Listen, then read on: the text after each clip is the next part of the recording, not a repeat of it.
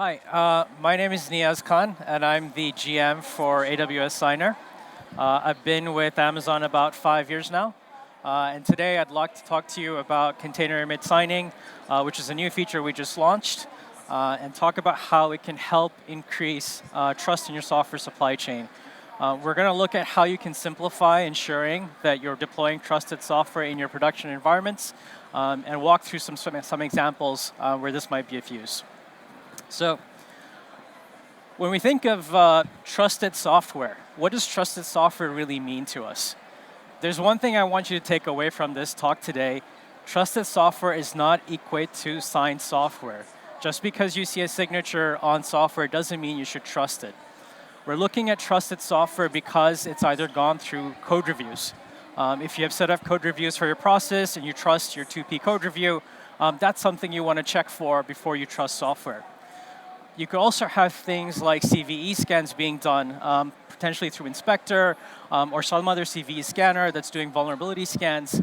But when all of these steps have been run on code, that's when you can really say, these is the software that I trust because of all of these actions that have been taken on it. So these are some of the actions we look at. We've also had customers talk about things like looking at licenses. If you're using open source software, there's a lot of different licenses tied to that. You might want to go through legal reviews.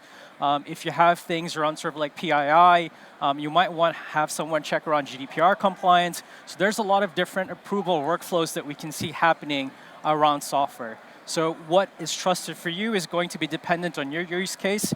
You already probably have a lot of these things defined in terms of things you want to gate software on. So what are some of the existing mechanisms we have today to restrict software? The most common ones we're seeing are you're creating a boundary and vetting software and then putting it in that trusted boundary.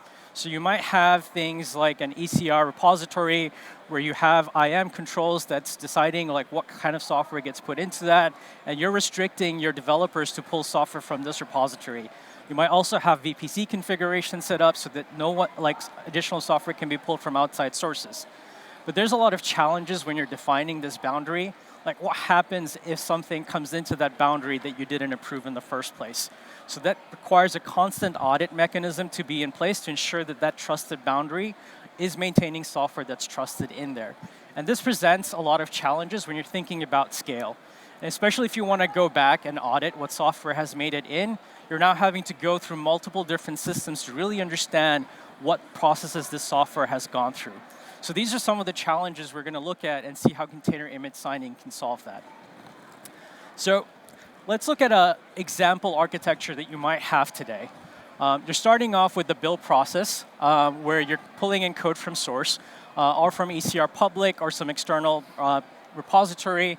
You're compiling it and building your images, which you're putting into a private repo. After it goes into your private repo, you may have a variety of steps that set off.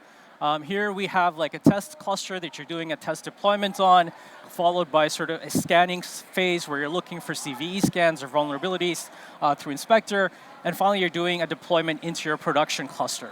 So this is a really simplified architecture. You may have a lot more steps going in here, but we're going to walk through this and see how you can start doing some of the approval workflows we talked about. So what are some of the things that you might care about in this architecture just we went through? So when code is coming out in production, you want to be able to answer this question, like who built this image? Where is this image coming from? Is this something that was built within your infrastructure, or was this built outside?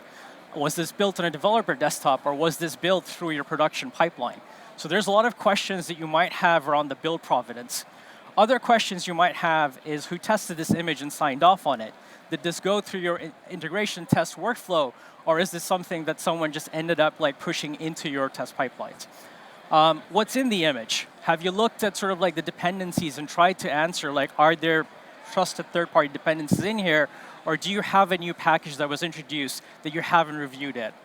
Similarly, like what kind of scans or vulnerability checks have you done on this image?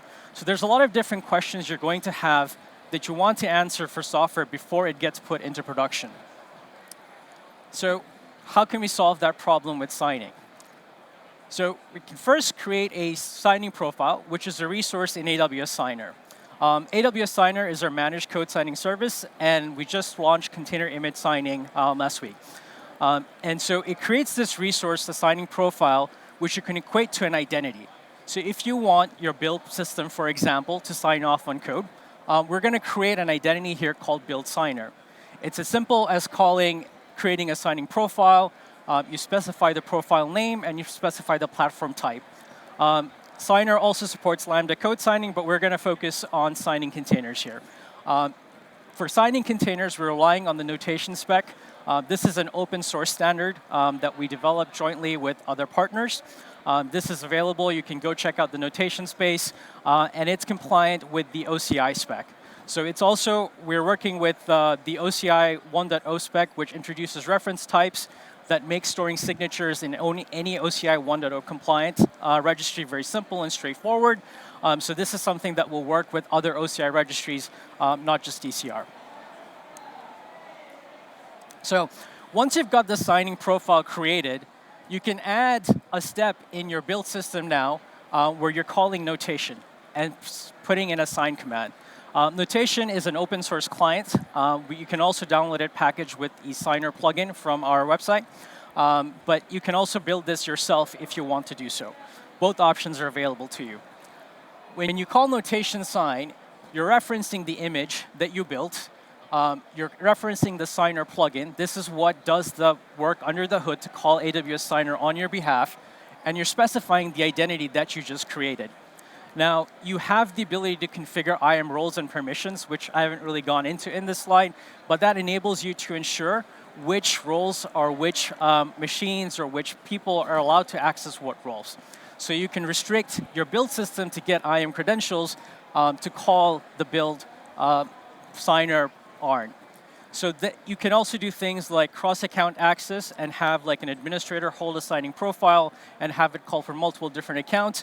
So you really have a lot of the flexibility of cross-account IAM policies and different IAM actions to ensure that only the right machines that you trust or the right roles and permissions that you trust are calling these sign permissions. So once you have this step configured in your build system, it runs through your build script.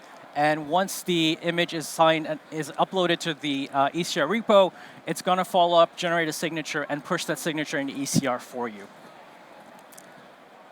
So now that we've generated a signature, how do we go verify that this signature exists in your production deployment? We create two different resources, a trust store and a trust policy. What a trust store is, it's defining what is the root anchor that you're basing your trust on. This right now is built with the Signer root that you can configure.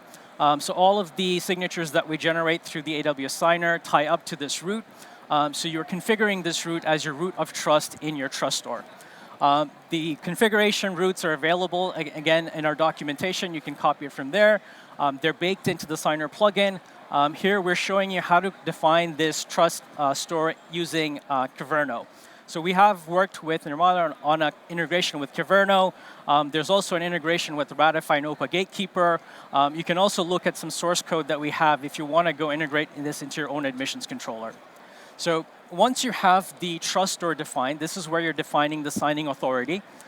This is routed up now to the signer service.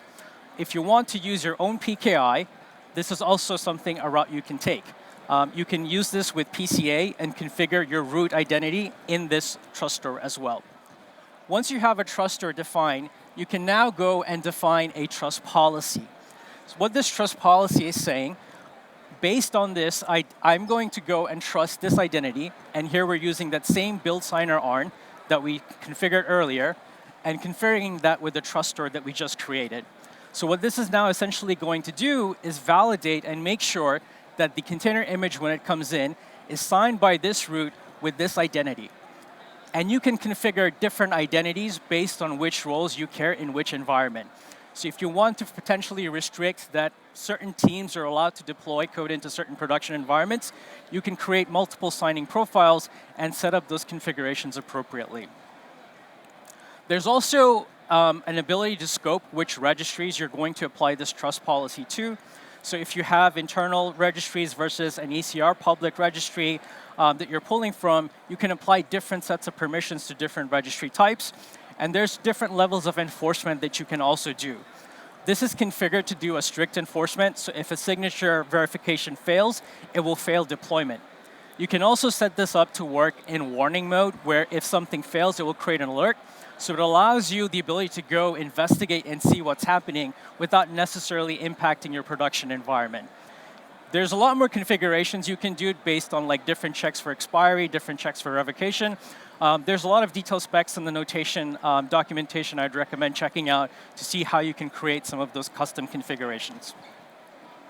Once that configuration is done, you can go into your production cluster and set up the Caverna configuration to run.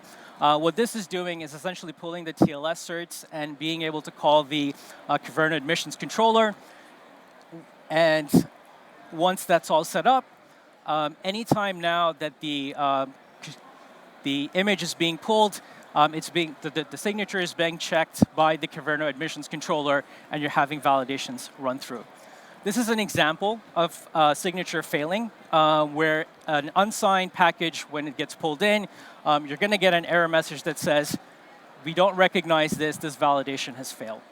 So this is something now you can go in and create multiple policies. So we asked those 4 different questions of who signed this image, who built this image, who checked this image. For each one of those single steps now, you can go add a different signing profile and a signing step. You also have the ability to go back and revoke signatures should you choose to do so. One of the things that we've done through AWS Signer is created revocation endpoints in every region.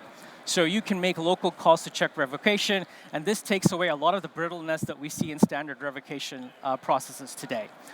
This allows your incident response teams to decide when they want to revoke something, what the impact of that is going to look like.